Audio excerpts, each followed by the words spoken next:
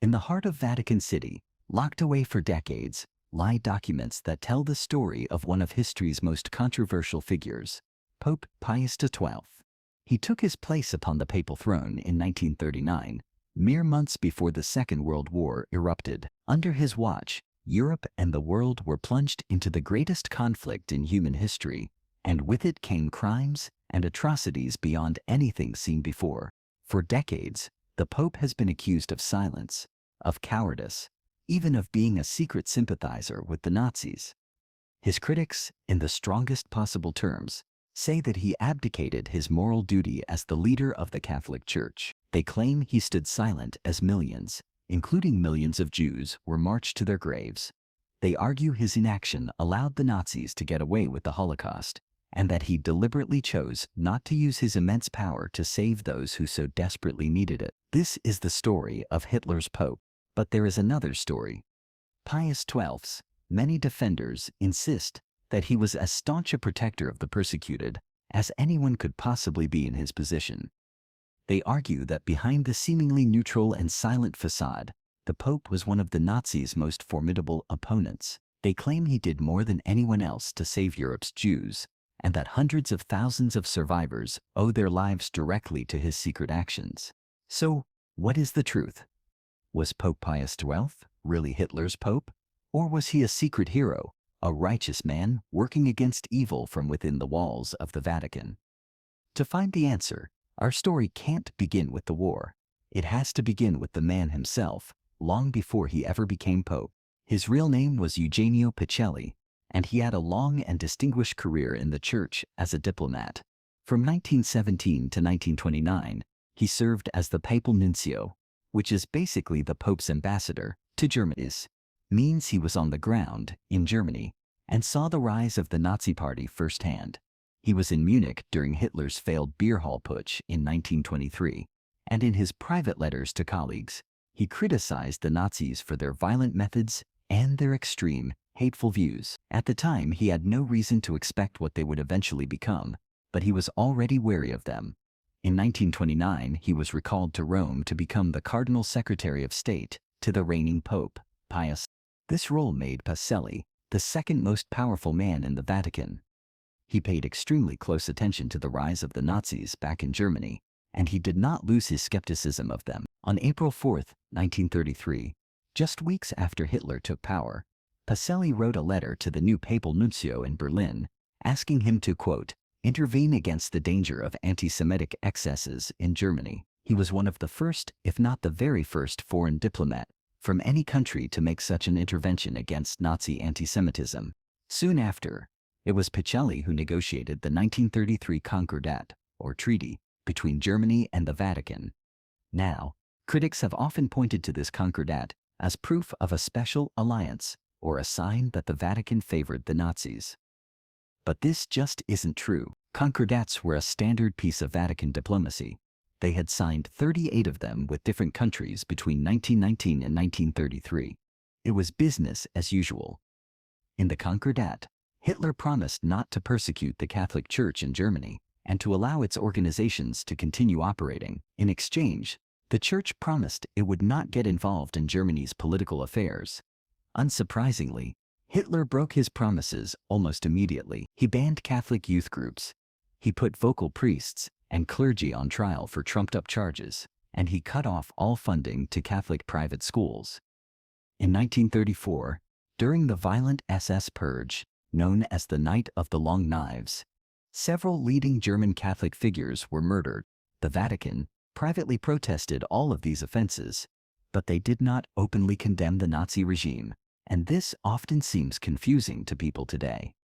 Why wouldn't they shout from the rooftops? Well, the Vatican had long sworn off getting directly involved in political affairs. These were not the Middle Ages. Neither the Vatican nor the other nations of Europe believed that the Pope had the authority to take sides in political events. But there were other, more practical reasons. First, there was the issue of Germany's 30 million Catholics. If the Pope made an open enemy of the Nazis, all of those people could be targeted in retaliation. There was also the fear that German Catholics, who sympathized with the Nazis, might break away from the Vatican entirely if they were forced to choose between their Pope and their Führer. And then there was the most obvious fact of all. The Vatican sits in the heart of Rome, completely surrounded by Italy. And at the time, Italy was ruled by Hitler's fascist ally, Benito Mussolini. History offered a long and bloody list of popes who had been deposed, exiled, or even killed by their political enemies. The threat was very real. But while the Vatican couldn't openly declare war on Hitler, its actions in the late 1930s, led by Pope Pius XI and his right-hand man, Pacelli, were clearly antagonistic. In 1937, the Pope issued a famous encyclical, a major papal letter, titled Mit brennender Sorge, which means, with burning anxiety. It condemned the Nazi regime's treatment of Catholics and hinted at its wider persecutions. The Pope made sure that this letter was secretly distributed to every single Catholic church in Germany, and it was read aloud from every pulpit on Palm Sunday. Hitler was absolutely infuriated. Pacelli, for his part, made his own views known in private letters, writing in 1935 that the Nazis were false prophets with the pride of Lucifer. A U.S. State Department report from 1937, based on diplomatic meetings with Pacelli, also concluded that he, quote, regarded Hitler not only as an untrustworthy scoundrel, but as a fundamentally wicked person. When Hitler visited Rome in 1938, Pope Pius XI and Pacelli delivered a stunning public snub. They simply left the city, refusing to meet with him. They even ordered the Vatican Museum closed and all the exterior lights of St. Peter's Basilica turned off, so Hitler couldn't see it in all its glory. That same year, the Pope gave a famous speech in which he condemned anti-Semitism as being completely incompatible with Christianity, famously stating, "Spiritually, we are all Semites," a phrase that Pacelli himself would repeat many times in his own speeches. By 1939, the Vatican and the fascists were practically enemies. The Vatican's daily newspaper, which Pacelli personally oversaw, warned that the Nazis wanted to destroy the Catholic Church and even eradicate Christianity itself. Mussolini's spies inside the Vatican also discovered that Pope Pius XI was preparing his most scathing and public condemnation of racism and fascism, yet, which he planned to read at a major gathering in Rome on February 11th of that year. But fate intervened. The aging Pope's health failed, and he died the day before the speech was due to be given. Upon hearing the news, Mussolini was overjoyed. "At long last," he exclaimed, "he's gone. That stubborn old man is dead." Eugenio Pacelli was the obvious choice to be the next pope. After an unusually brief 3 rounds of voting, he received the required support and became Pope Pius XII. Far from opening a new, friendlier chapter in papal Nazi relations, the new pope was seen as inseparable from his predecessor. Germany was the only major European nation that didn't send a representative to his coronation. A Berlin newspaper wrote that Germany did not approve of his election because he was always opposed to Nazism. This attitude was shared at the highest levels of the Nazi government. Hitler and his propaganda minister, Goebbels, even discussed formally abandoning the Concordat because of Pacelli's long record of anti-Nazi actions. Pius XII's goal in his first 6 months as pope was to be a peacemaker. Tensions were already incredibly high between the major powers, and the new pope felt he was in a rare position to reach out to all sides. In May, he proposed a peace conference with Britain, France, Germany, Italy, and Poland, but the countries declined to participate. When Germany and Italy signed their Pact of Steel alliance, he sent representatives to Mussolini, pleading with him to counsel Hitler against war, but he was told bluntly that war was practically inevitable. He even began holding secret meetings with one of Hitler's close friends, a German prince, urging him to raise the issues of peace and Catholic persecution directly with the Führer. Like the British Prime Minister Neville Chamberlain, Pius XII seemed convinced that Hitler might be placated with enough concessions. In August, he sent an unprecedented message to the Polish government, suggesting that they give up the disputed territory of the Danzig corridor in a last-ditch effort to avoid war. His suggestion was ignored. As late as August 31st, mere hours before the invasion of Poland began, he summoned the ambassadors of Britain, France, Germany, Italy, and Poland to the Vatican for one final, doomed appeal to avoid war. The Pope's efforts to secure peace were sincere, but they were clearly misguided. In this, He shared the flaws of men like Chamberlain. But it's far too easy for us to condemn him, with the perfect hindsight of history. To be the peacemaker he so desperately wanted to be, Pius felt he could not be seen to take a political side. But when German tanks rolled into Poland, this policy of political neutrality risked becoming a policy of political complicity. Poland was a fiercely Catholic nation, and it was now being crushed by an aggressive, expansionary power that the Pope knew was evil. Catholics in Poland were waiting for papal intervention. Catholic priests became a central part of the anti-Nazi resistance, and their letters to the Vatican, begging for support and condemnation of the invasion, were met with official silence. The Pope cited his political neutrality. He expressed his deep sympathy for the Polish people, but he refused to denounce the invasion in principle. Privately, the Pope did at least send messages to the German government demanding better treatment for the Poles. Stories of the persecution of Catholics and non-Catholics alike flowed out of Poland, and many of them naturally came to the Vatican. The Vatican even compiled a detailed report on the religious persecution of Poles, which it sent to the German Foreign Office. They did not receive a reply.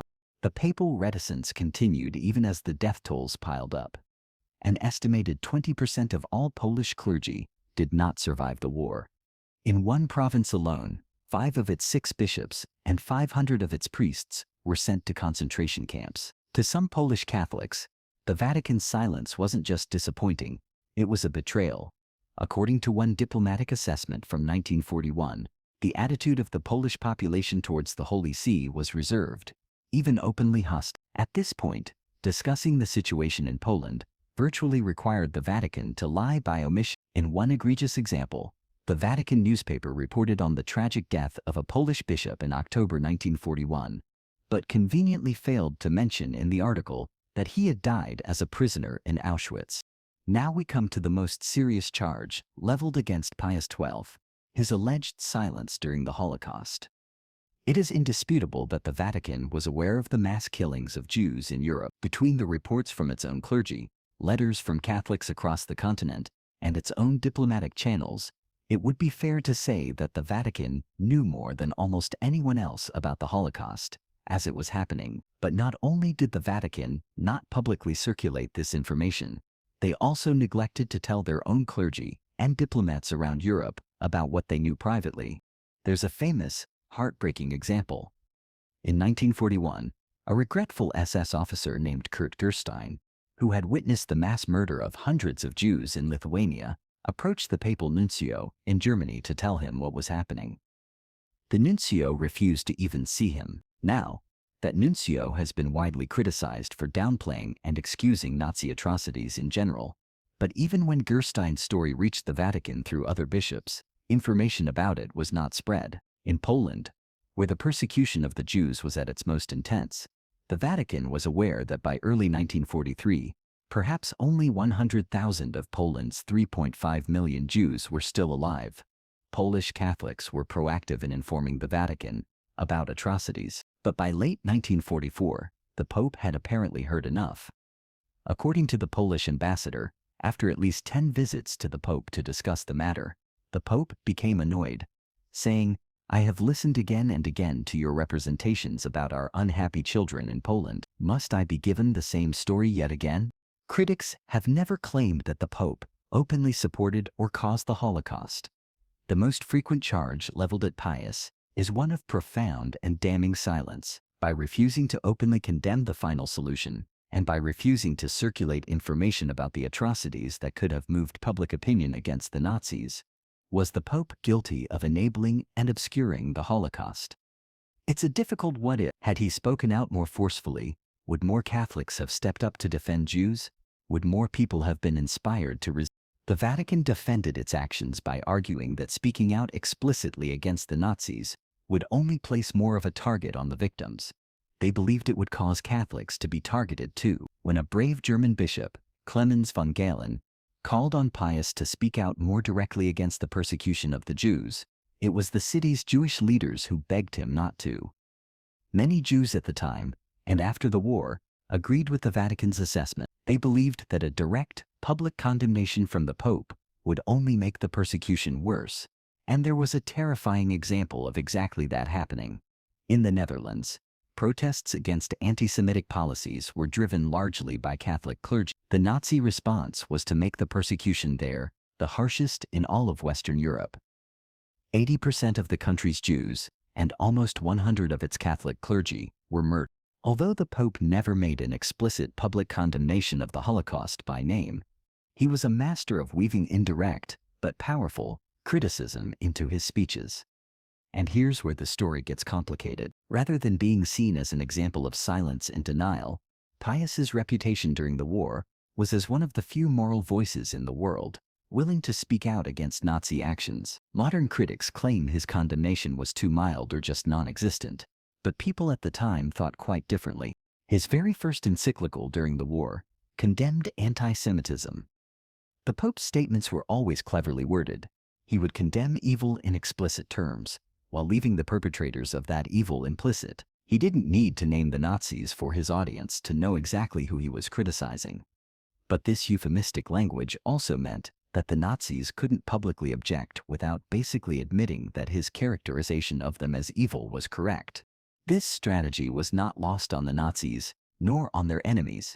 The Allies knew what he was doing, and they dropped almost 90,000 copies of the Pope's encyclical text over Germany to try and stir up anti-Nazi sentiment. Meanwhile, the head of the Gestapo, Heinrich Müller, said the encyclical was, quote, directed exclusively against Germany.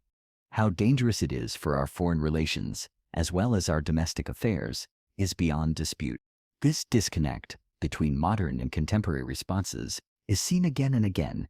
The Pope's Christmas address of 1941 has been criticized for not making an explicit condemnation of Nazi crimes. But again, contemporary audiences didn't share those objections. As the New York Times wrote at the time, the voice of Pius XII is a lonely voice in the silence and darkness enveloping Europe this Christmas.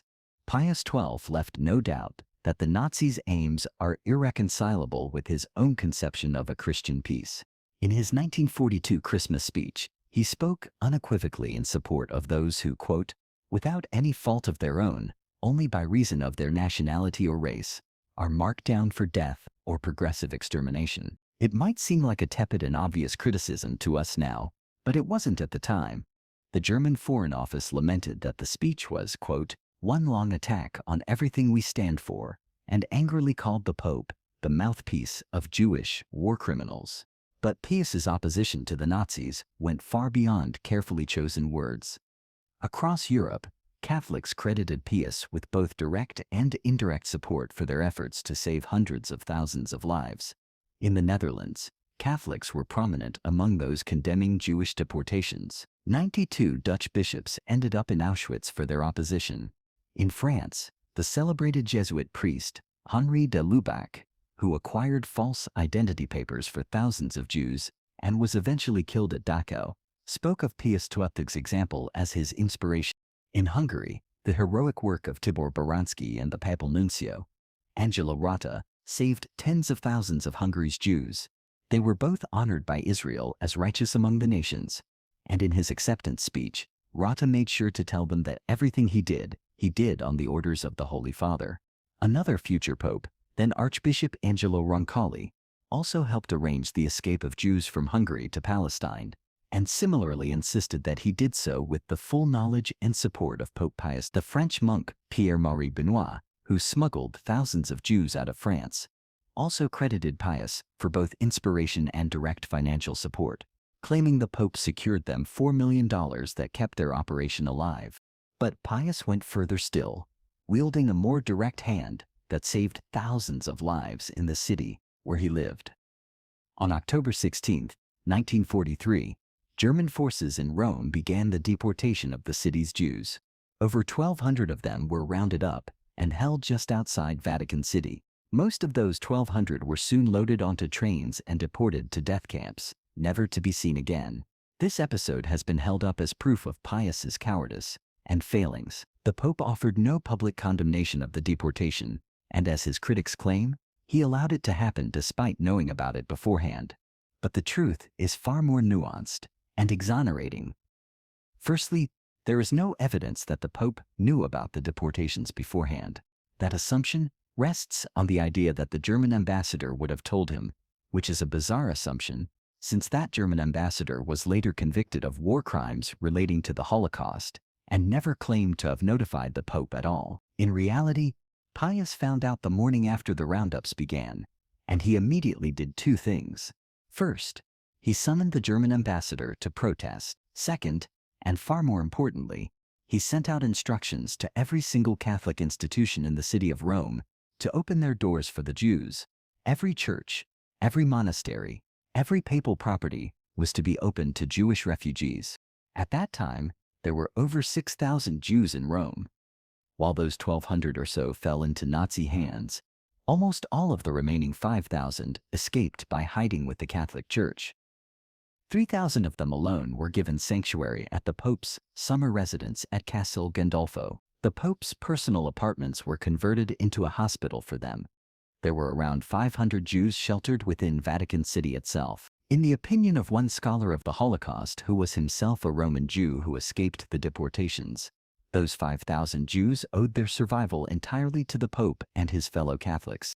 It was also Pius XII who regularly ordered his nuncios to protest to various authorities about the persecution of Jews across Europe. He had his nuncio in France confront the Vichy government about the inhuman arrests and deportations of Jews. He had his nuncio in Hungary speak to the Hungarian government on numerous occasions over the same issue. And speaking of Hungary, the Pope reached out directly to the country's functional dictator, Admiral Miklos Horthy, on June 25, 1944, with a telegram begging him to stop deporting the country's Jews. Days later, Horthy suspended the policy, citing the Vatican's intervention as his reason for doing so, and thus sparing 170,000 Hungarian Jews from extermination. Perhaps the greatest evidence that Pius XII was not Hitler's pope comes from the Nazis themselves. We have already seen how the two had a mutual hatred from the start, and the Nazis were under no illusions about where the Pope's opinions lay. The fact is, the Nazis viewed the Vatican as a formidable opponent. In July 1943, Hitler held a meeting to discuss the idea of invading the Vatican and kidnapping the Pope, and he passed orders to the SS to do so if the circumstances were right. Adolf Eichmann, the man responsible for overseeing the transportation of Jews to the extermination camps, recognized the Vatican as one of their most troublesome enemies, who, quote, vigorously protested the arrest of Jews. Reinhard Heydrich, the mastermind of the final solution, told his subordinates in no uncertain terms that, quote, the Pope in Rome is a greater enemy of National Socialism than Churchill or Roosevelt. Similarly powerful is the praise laid upon Pius by Holocaust survivors and Jewish leaders. Albert Einstein, a long-standing skeptic of the Church, changed his tune after the war, acknowledging that, quote, only the Catholic Church stood squarely across the path of Hitler. Israel's second Prime Minister, Moshe Sharett, agreed. Upon meeting Pius after the war, he said it was his first duty to thank the Pope and all the Catholic Church for what they had done to rescue Jews. This view was echoed by another Israeli Prime Minister, Golda Meir, who said, when fateful martyrdom came to our people in the decade of Nazi terror, the voice of the Pope was raised for the victims. So, if the Jews considered him a protector and a friend, if Catholics cited him as the inspiration and director of their efforts to save Jews, and if the Nazis themselves considered him a mortal enemy, how did the idea of Hitler's Pope become so popular? The answer lies in the Cold War. History is written by the victors, and in Eastern Europe, that was Soviet Russia. The Soviets despised the Catholics, and the loyalty of Eastern European Catholics to Rome, rather than to Moscow, was a constant point of anger for them. In 1963, a communist playwright in East Germany wrote a play called The Deputy, which first portrayed Pius as a complicit Nazi stooge. The Soviet propaganda machine embraced this view and propagated it everywhere to try and drive a wedge between the USSR's Catholics and the Vatican. From covering up Stalin's purges to denying the killing fields of Cambodia, Soviet propaganda often found an eager audience in the West's academic, journalistic, and cultural elite, many of whom were already anti-Catholic and were happy to propagate Soviet talking points like the Hitler's Pope myth to their audiences. This myth had a strong following in certain circles by the 1990s and then exploded into the mainstream with John Cornwell's 1999 book, Hitler's Pope. The fact that much of the evidence exonerating the Pope was only made public after these ideas were popularized has also made it hard to dislodge the myth. Many have tried. Jewish Holocaust historian William Rubenstein was similarly critical, calling Cornwell's book a malign exercise in defamation and character assassination. Ultimately, the discussion around Pius XII is a useful reminder that history and the past are not the same thing. History is what we tell ourselves happened, and what we tell ourselves happened is by no means what actually happened. Our retelling of history is shaped by the evidence we have, the narratives and values promoted by those telling it, our own values and ideals, and our hindsight, which gives us the privilege of judging the past with information that the people in it simply didn't have. The truth is that Pope Pius XII did speak out, and he did take action that directly or indirectly saved hundreds of thousands of lives, from Hungary to Rome, from the Netherlands to Vichy France. The Pope's influence was felt as Catholics and non-Catholics alike credited him with inspiration, leadership, and protection in Europe's darkest days. Knowing, as we do, the full, unimaginable scale of Nazi atrocities, anything less than an open crusade against them seems like not enough.